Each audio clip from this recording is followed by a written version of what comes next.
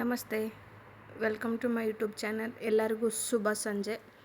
ಒಬ್ಬಕ್ಕ ಅವ್ರ ಅಪ್ಪ ಬಗ್ಗೆ ಕೇಳಿದರು. ಅಕ್ಕ, ಅಪ್ಪಗೆ ಪ್ಯಾರಲೈಸಿಸ್ ಆಗಿದೆ, ಸ್ವಲ್ಪ ಕೇಳಿ ಅಕ್ಕ, ಅವ್ರ ಬಾಯಿ ಸ್ವಲ್ಪ ಸೊಟ್ಟ ಆಗಿದೆ, ಆದಷ್ಟು ಬೇಗ ಅವ್ರು ಹುಷಾರಾಗ್ತಾರೆ ಅಲ್ವಾ ಅಂತ ಕೇಳಿ ಅಕ್ಕ.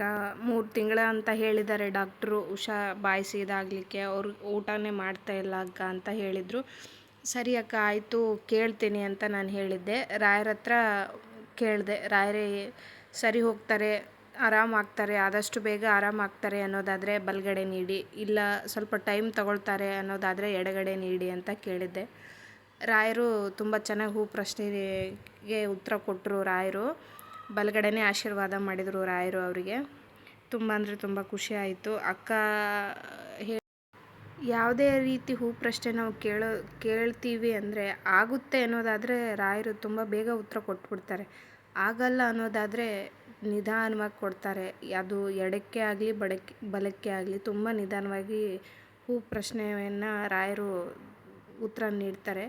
ಆದರೆ ಕಾಯೋ ತಾಳ್ಮೆ ನಮಗಿರ್ಬೇಕಷ್ಟೇ. ತುಂಬ ಅಂದರೆ ಈ ಕೆಲಸ ಆಗಿಬಿಡುತ್ತೆ ಅನ್ನೋದಾದರೆ ಬೇಗ 2 ಸೆಕೆಂಡಲ್ಲಿ ರಾಯರು ಪ್ರಶ್ನೆಗೆ ಉತ್ತರ ನೀಡಿಬಿಡ್ತಾರೆ. ಆಗಲ್ಲ ಅನ್ನೋದಾದರೆ ಸ್ವಲ್ಪ ಟೈಮ್ ತಗೋತಾರೆ.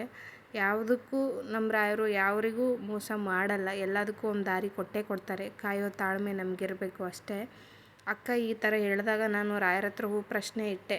ಆಗುತ್ತೆ ರಾಯರೇ, ಆಗುತ್ತೆ ಮಗಳೇ, ಬೇಗ ಹುಷಾರಾಗ್ತಾರೆ, ಅವ್ರಿಗೆ ಬೇಗ ಊಟ ಮಾಡೋಕೆ ಆಗ್ತಾರೆ ಅನ್ನೋದಾದರೆ ಬಲಗಡೆ ನೀಡಿ, ಇಲ್ಲ ಟೈಮ್ ತೊಗೊಳ್ತಾರೆ, ಸ್ವಲ್ಪ ಟೈಮ್ ತಗುತ್ತೆ ಅನ್ನೋದಾದರೆ ಎಡಕ್ಕೆ ನೀಡಿ ಅಂತ ಹೇಳಿದ್ದೆ. ರಾಯರು ತುಂಬ ಚೆನ್ನಾಗಿ ಪ್ರಶ್ನೆಗೆ ಉತ್ತರ ಕೊಟ್ಟರು. ಯಾವುದಕ್ಕೆ ಆಯಿತು, ರಾಯರು ತುಂಬ ಪರೀಕ್ಷೆ ಮಾಡ್ತಾರೆ ಅನ್ನೋದು ಸುಳ್ಳಲ್ಲ, ಅದು ನಿಜನೇ. ಕಾಯೋ ತಾಳ್ಮೆ ನಮಗಿರಬೇಕು ಅಷ್ಟೇ.